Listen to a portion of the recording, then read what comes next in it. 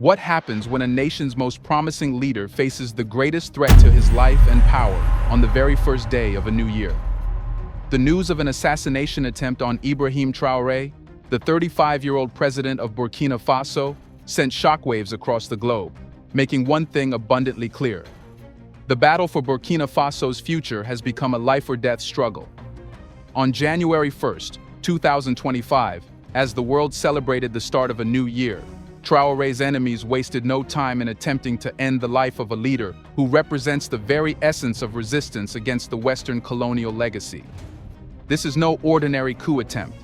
This is a bold, violent response to a leader who has been publicly defying global powers, rejecting Western influence, and most importantly, presenting a new vision of African independence that threatens the status quo. So, who is behind all this? Who stands to gain from the destabilization of a country that was once a symbol of Western dominance? Here, we would like to take a moment and thank you for supporting us and being a valued part of our strong community. And if you are not yet a member, we encourage you to join us and help build an even stronger community together. Let's get started.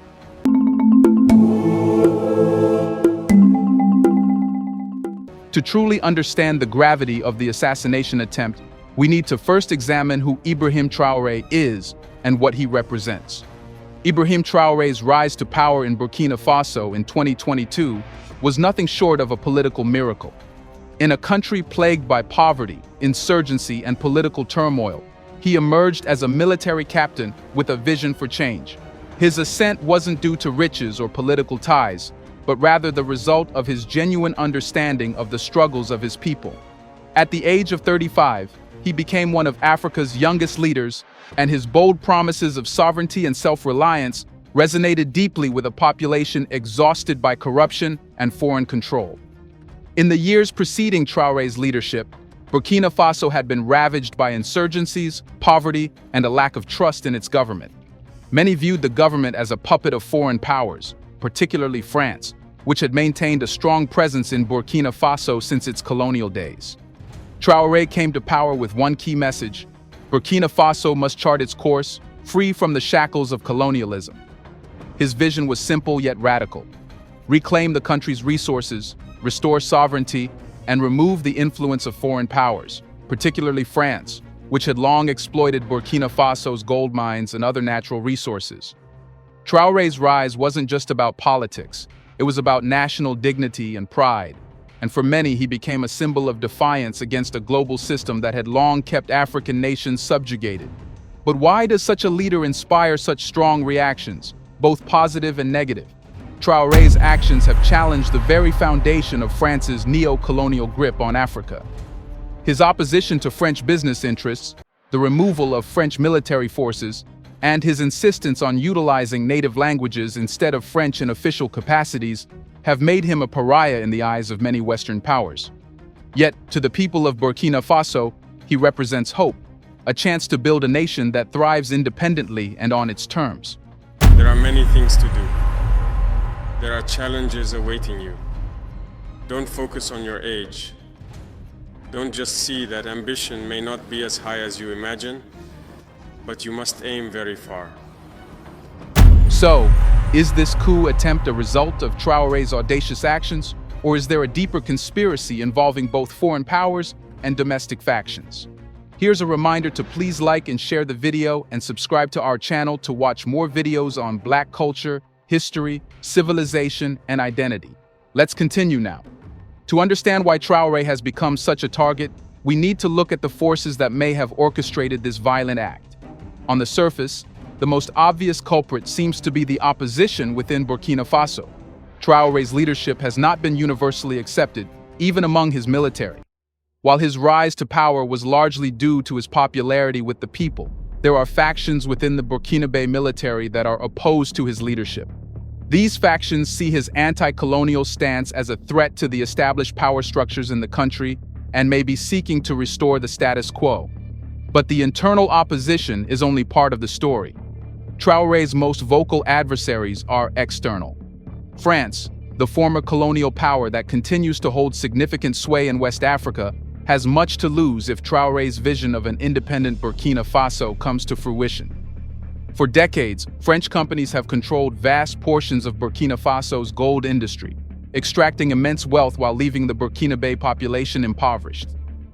Traoré's nationalization of the country's mining sector, his expulsion of French troops, and his rejection of French influence have been viewed as acts of defiance that challenge the economic foundations of French power in Africa. Beyond France, there are other global powers with vested interests in Burkina Faso's future. The United States and other Western countries have long seen Africa as a playground for their economic and strategic interests, and any shift toward African self-reliance is seen as a direct challenge to their dominance. The recent assassination attempt on Traoré is not just about removing him from power. It's about sending a message to anyone who dares challenge the global order. So, can Burkina Faso survive this attack, or will it descend into a full-blown crisis? The immediate aftermath of the assassination attempt has thrown the country into chaos. The public, already on edge due to ongoing insurgencies and political instability, is now faced with the fear that their leader, who has represented hope for so many, might not survive this attack. The government has launched an immediate investigation into the attack, but questions linger about the extent of the conspiracy. Who exactly is behind it? Could this be the beginning of a wider effort to overthrow Traoré and return Burkina Faso to the control of foreign powers? Panic is spreading through the streets of Ouagadougou, and while Traoré's supporters are rallying behind him, many fear that this is only the beginning of a violent and destabilizing period for the country. One of the key concerns following the attack is the potential for a military coup. With Traoré's position now seriously threatened, factions within the army may seize the opportunity to take control. Burkina Faso has seen its fair share of coups in the past, and many fear that this attempt on Traoré's life could trigger a chain reaction that leads to even greater instability. But the panic isn't confined to Burkina Faso alone. The international community is also watching closely. The implications of Traoré's survival or downfall are far-reaching. A successful coup would not only undermine the vision of a sovereign Burkina Faso, but it could also deal a blow to the broader Pan-African movement that Traoré's leadership has come to symbolize. So, is the assassination attempt a sign that Traoré's vision for a sovereign and self-reliant Africa is on the brink of collapse? For many, Ibrahim Traoré's leadership represents more than just a fight for Burkina Faso's independence. It is a challenge to the entire neo-colonial system that has held Africa back for centuries. His rise has sparked a wave of solidarity among other African nations, many of whom are now looking to Burkina Faso as a model for self-reliance and resistance against Western influence. But if Traoré is taken out of the picture, what happens to this growing movement? Will other African nations retreat into dependency on Western powers, or will they continue the fight for true sovereignty? For Traoré, the stakes are much higher than personal survival. His goal is to leave a legacy of sovereignty, unity, and independence for Burkina Faso and the entire continent. However, this assassination attempt has made it clear that his leadership is not just about navigating domestic challenges. It's about confronting powerful global forces that are intent on maintaining the status quo. His rejection of French influence, his emphasis on local development and innovation, and his efforts to establish a self-sustaining economy have made him a target not just for Burkina Faso's internal opposition, but for Western powers that have long relied on Africa's resources to fuel their economic engines. The coup attempt serves as a stark reminder of the high cost of independence in the modern world. Now let's ask ourselves, what if Traoré loses his power? What he did do for Africa that people will miss him? For that, you have to imagine a city built not as a symbol of foreign investment or aid, but as a testament to the struggle for sovereignty. This is the vision that Ibrahim Traoré has championed through his ambitious project, the Renaissance City. This urban development, still in the early stages, is far more than just a construction project. It is a powerful statement about Burkina Faso's future and a bold rebuke to centuries of exploitation by foreign powers. For decades, African nations have been subjected to the narrative that they need Western involvement for progress. Colonial powers have long controlled African markets and industries, convincing many that Africa's future hinges on foreign investment and expertise. Traoré's Renaissance City, however, stands as a direct challenge to this notion. It is not just a place of infrastructure. It is a living, breathing symbol of Burkina Faso's ambition to thrive independently and on its terms. The city is being constructed with local resources, with an emphasis on innovation and sustainability. Traoré has made it clear that this will not be a project dependent on Western capital or foreign companies. Instead, it will be a model for African self-sufficiency, demonstrating that African nations can build their futures without outside interference. The project itself represents a paradigm shift in how we think about development in Africa. No longer will the continent's growth be measured by the extent to which it aligns with Western interests. Instead, Traoré is demonstrating that Africa can thrive through its ingenuity, and that the future of African cities will not be shaped by foreign powers but by the people who live there. The ripple effects of Traoré's leadership extend far beyond the borders of Burkina Faso. Across Africa, countries that have long been dependent on Western aid, investment, and military presence are beginning to ask themselves whether they too can break free from the shackles of neo-colonialism. Traoré's defiance has ignited a spark of resistance, and the world is watching to see how far this movement will go. Mali, Niger, and other West African nations have watched closely as Burkina Faso has expelled French troops and begun reclaiming its resources. In a region where French influence has been pervasive for decades, Traoré's leadership is sending a strong message. Africa no longer needs to beg for its seat at the table. Instead, it must demand the respect and independence that is long overdue. But this movement is not without its dangers. France, along with other Western powers, has already begun to retaliate in various ways. Through economic pressure, diplomatic isolation, and covert operations aimed at destabilizing Burkina Faso's progress. The assassination attempt on Traoré is just one example of the lengths to which these powers are willing to go to preserve their influence in Africa. However, despite these threats, Traoré's stance remains resolute. He understands that his survival is not just about him, it is about the future of Burkina Faso and the broader movement for African independence. Every threat, every assassination attempt only strengthens his resolve to push forward with his vision. As Burkina Faso continues to fight for its place in the world, Traoré's leadership serves as a powerful reminder that Africa is capable of shaping its destiny. This is not just a fight for Burkina Faso's sovereignty, it is a fight for Africa's independence as a whole.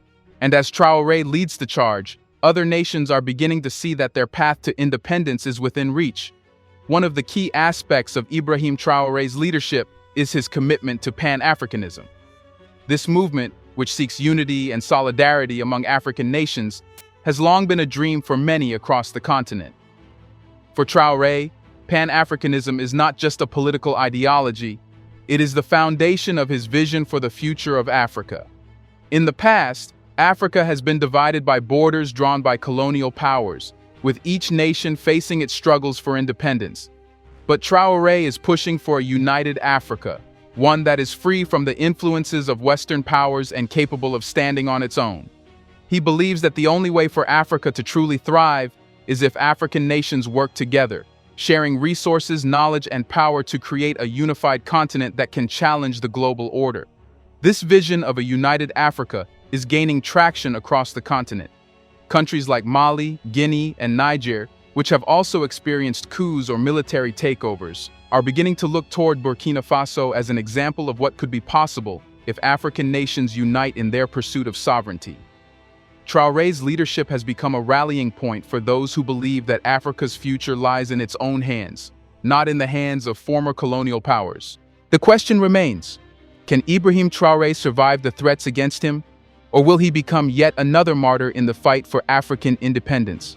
His unwavering commitment to his vision has made him a target, and the numerous assassination attempts he has survived are a grim reminder of the dangers he faces. These attempts are not random. They are deliberate and coordinated efforts to remove him from power and halt the momentum of Burkina Faso's resistance. The fact that Traoré has survived 18 assassination attempts speaks volumes about the lengths to which his enemies are willing to go to stop him. But it also demonstrates his resilience and determination to see his vision through. Every failed attempt on Traoré's life only strengthens his resolve. He is not just fighting for himself, he is fighting for Burkina Faso, for Africa, and for the future of a continent that has long been exploited by Western powers. In a world where leaders often bow to external pressures, Traoré's refusal to back down has made him a symbol of hope for millions of Africans who are tired of being subjugated. But the risks are high. The growing threats against him, both from foreign powers and domestic factions, are a reminder of the price of defiance. Traoré understands this, but he is willing to pay that price. For him, the struggle for Burkina Faso's sovereignty is worth any cost. But is this an attack on Traoré alone? As the assassination attempt against Traoré unfolds, it becomes clear that the stakes for Burkina Faso are not merely about one leader's survival. They are about the survival of the broader movement for African independence. This movement is not just about removing one colonial power. It is about challenging the entire system that has kept African nations dependent on the West for centuries. For too long, African countries have been viewed as resource-rich lands to be exploited for the benefit of foreign powers. Whether through trade agreements that benefit only Western corporations or through a military presence that ensures continued control, the West has long maintained its dominance over Africa's affairs. Traoré's leadership, however, represents a rejection of this system. His vision of an independent Burkina Faso, free from the influence of former colonizers, is symbolic of a wider movement taking root across Africa. Countries like Mali, Niger, and Guinea are already following in Burkina Faso's footsteps, expelling French troops and reassessing their relationships with Western powers.